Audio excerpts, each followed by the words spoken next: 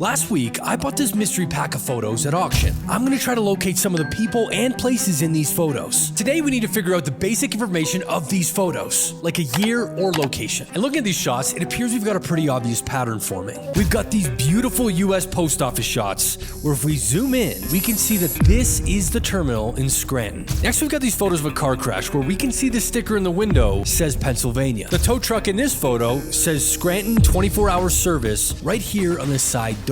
So it looks like Scranton, Pennsylvania is the obvious clue. Fun fact, and I'm sure a ton of you are yelling at your phones right now, but yes, Scranton, Pennsylvania is the location of the office. Next, we got some school team photos. In this case, it looks to be a basketball team with their jerseys saying the Cougars. But if we look at center court down here, we can see that it says Val, and then a letter from a second word, which also is a V. I'm just gonna assume that this first word is valley, mainly because of the geographical nature of Pennsylvania has valleys everywhere. I mean, you've got the Delaware Valley, Wyoming Valley. You even have towns like Valley Forge and Spring Valley. Naturally, a place with a lot of valleys will have a lot of their names named after that. So, check this out. We're gonna do a Google search for Valley V Cougars. And boom! Look at that! We've got the Valley View Cougars in Archbold, Pennsylvania. We've got this photo of a march where it looks like they're in support of keeping driver's ed in the school system. This is such a good shot. Wow, look at this sign right here. It says, "We need summer school." Students were built different back then. I don't think you'd see a student pleading for summer school nowadays. But if you look here in the building in the background, you can actually see that it is the administrative building for the city of Scranton.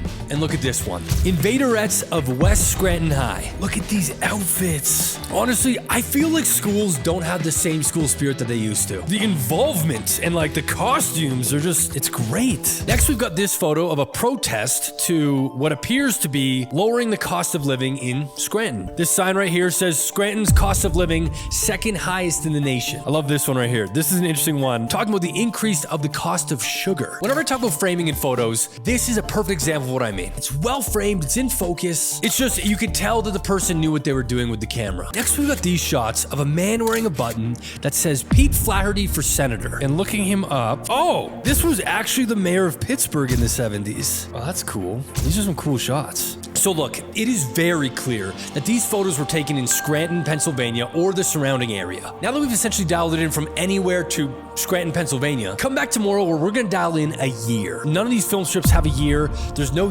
years in the actual photos, but we've got events like this: a plane crash, student athletes with numbers, a pretty severe snowstorm. All of these things can and will help us dial in a year, bringing us closer to figuring out who this photographer was or where they even worked. Please be sure to like and follow for more fun videos like this. Thank you so much for watching, and I'll catch you in the next one.